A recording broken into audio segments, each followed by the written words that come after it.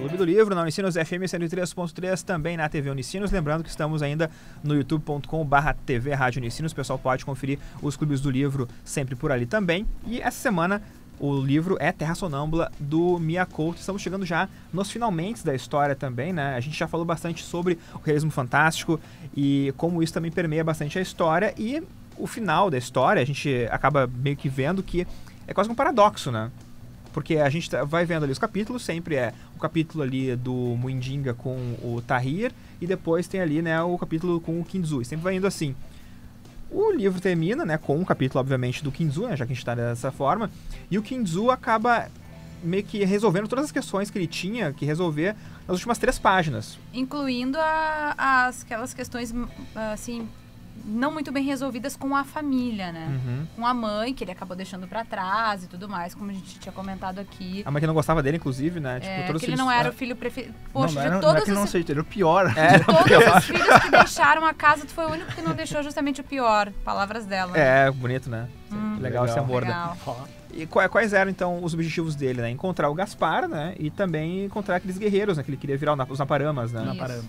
E é curioso porque tem um momento do livro que eu achei muito interessante, que é tipo, as últimas 3 páginas, que ele acaba virando Naparana, meio sem perceber, né? Dentro de uma coisa meio onírica também, né? Daquela história do sonho, porque o pai dele não deixava ele sonhar, então parece que meio que liberta ali o rapaz pra fazer esse sonho. E lá pelas tantas ele encontra, né? Ele já tá naquele machimbombo também, né? Porque a história começa, né, com o menino e o velho achando aquele machimbombo com aquela mala com os escritos. E no final da história... Do lado de um corpo. Do lado de um corpo. E a gente, claro, imagina que o Kinzu está morto ali, né? Naquele ônibus. E no final da história a gente vai observando que o Kinzu, ele está contando essa história do machimbombo. Conta, inclusive, né, que a mala... Que tem um gurizinho que pegou a mala dele com os escritos. E olha só, o gurizinho é o Gaspar. E a gente descobre, então, Gaspar, que o Muindinga é o Gaspar nessa história. Mas como isso é possível ele escrever isso se o Muindinga está com os livros dele? Como pode ser isso?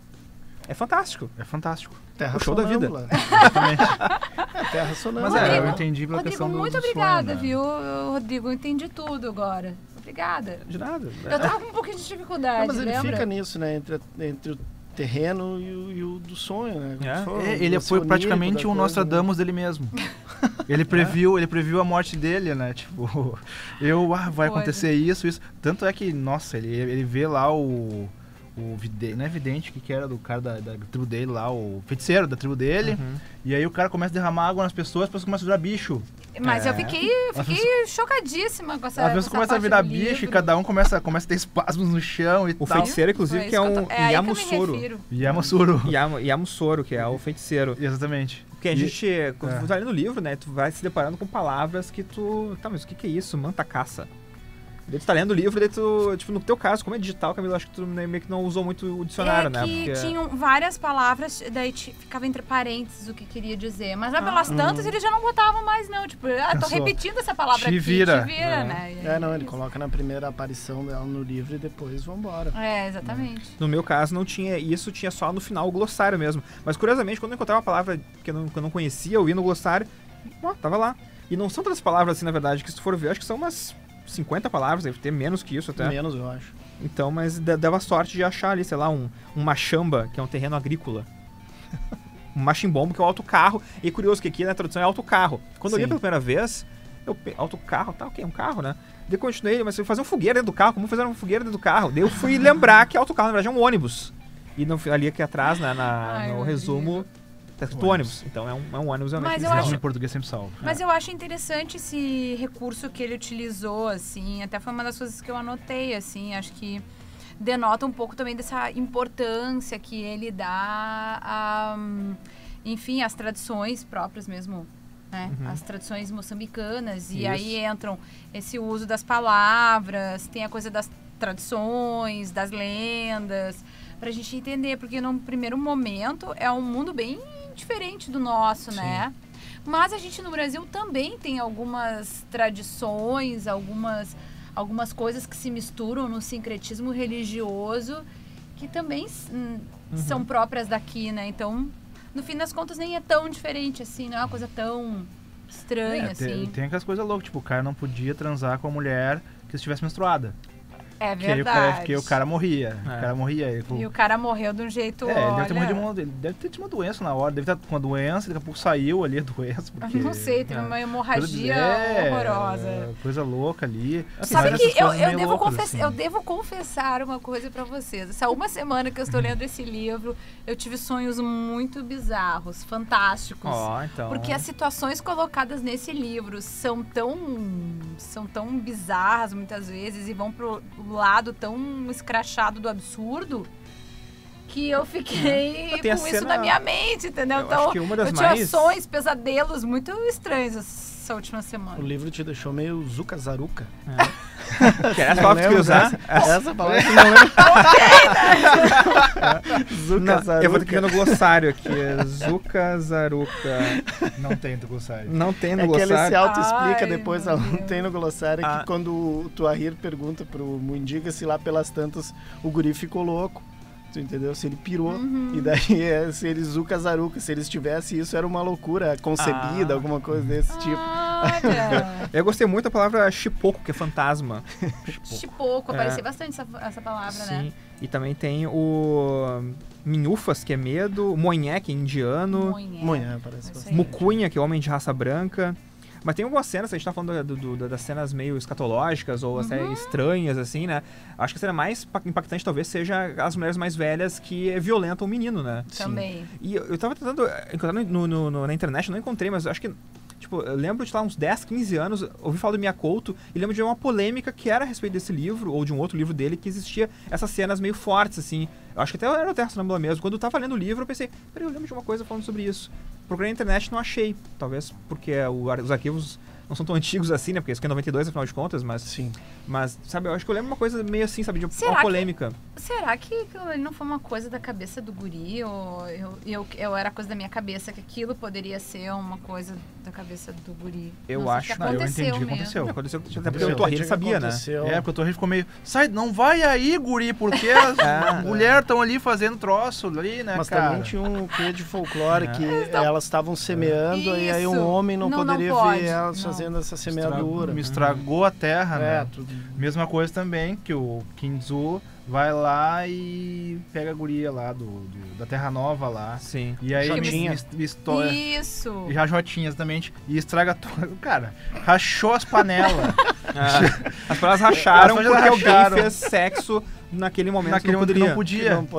E aí rachou as panelas. E aí... Não, tá todo mundo aqui alvoroçado porque rachou as panelas lá. E aí isso quer dizer que alguém fez sexo aqui nessa madrugada e vai estragar a Terra. E aí quem descobriu quem foi, cara? Uma coisa enlouquecedora ali, né? Ai, que cara. Tem umas passagens, tem uma hora que o cara cava um rio, vocês lembram disso aí lá pelas tantas? Tem umas passagens muito loucas, cara. Eu achei aquilo ali bonito, na realidade. Bonito, eu achei claro, uma metáfora poético, legal. Porque tinha a ver com o pai e a mãe dele, que se conheceram através de um rio, bacana, entendeu? E através do que um tava de um lado, outro tava do outro, até se chegarem e tal. E ele acaba virando, vamos entrar nessa, né? Mas ele acaba virando o rio, né? Porque ele vai embora com a corrente, aquele rio acaba, né? Chove, vira o rio, daí ele vai... Exato, o cara que cavou esse livro, esse rio, né? Cara, é muita ideia que o Miyakoto tem, né, meu? Cada ideia dele pra esse conto poderia dar um livro, tipo assim, sei lá. E teve também o velho, aquele que leu, pela primeira vez leu o nome... Enxerga o nome dele, sim, né? Psiqueleto. Sim, bem interessante. É o Esqueleto. Que aí o esqueleto vai lá, enfia o dedo na orelha, vaza a orelha, começa a sair sangue e ele vira uma semente. Porque ele vai acasalar com a tal da árvore que tá na frente dele, que ele pediu pro Mindinga. Mindinga. Escrever na árvore o nome dele também. Ele vai lá, fura, vira uma semente. Ó, agora eu vou virar terra aqui, não sei o que. Estou perpetuado, agora vira uma árvore. Começa ali, né? Bom, o Terra Sonâmbula já virou filme. Foi em 2007 que virou filme. A direção era Teresa Prata, um filme até africano, inclusive, né? Não assisti ainda, mas fiquei curioso pra ver como a diretora conseguiu passar a história do Miyakoto pro cinema. E a gente tá quase chegando nos momentos finais já aqui, né, do programa. Vamos então agora com as nossas, falas finais, né, aqui também, né, do nosso Clube do Livro. Calbi Scarpato, então, tuas últimas... Posso pegar uma partezinha aqui? Por favor. Não sei se pode. Fica à vontade. Não, tem diversos aqui, mas ele...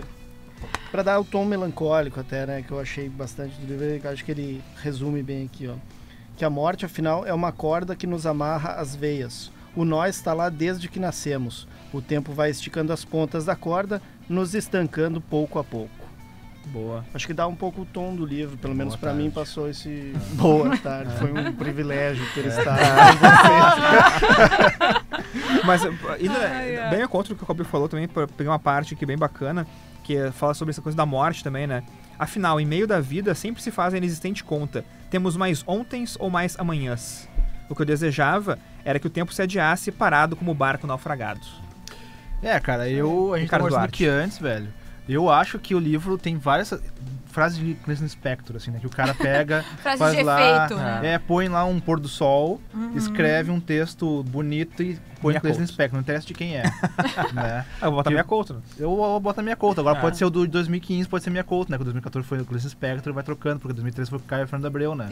Isso, vai trocando. E vai trocando. E aí tem todas essas frases, achei muito legal, essas coisas todas. Eu acho que todas as gurias que curtem podem achar coisas legais aí, né, nesse livro, né? Mas eu fico com o que a gente fala inicialmente lá, né? Que de repente o livro tem sua história, tem sua importância, né? Dentro, para passar também essa história moçambicana, questão da guerra, dos crendices e tudo mais, né? Mas eu ainda acho que eu não teria terminado ele se não fosse o Clube do Livro. Que bom, talvez então. fosse uma coisa boa, cara. É um lado positivo da coisa. Claro. Feliz. Camila Kiel?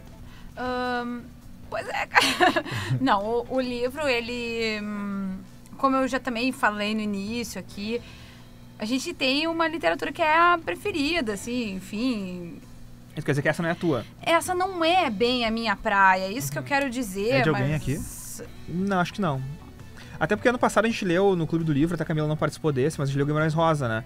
Que é mais ou menos por aí também, né? É assim que a gente... Assim que vai a barca. Mas eu acho que é uma experiência interessante pra gente também fazer um exercício de imaginação. E eu acho que contar histórias também passa por imaginá-las, né? E isso aparece bastante no livro. Eu recomendo o livro. Acho que se você gosta de uma coisa mais fantástica, de uma viagem, assim... Até um pouco mais... Uma terra desconhecida até. Eu recomendo. Eu recomendo também o livro porque, como a gente falou aqui no começo, né? É uma literatura realmente que exige um pouco mais.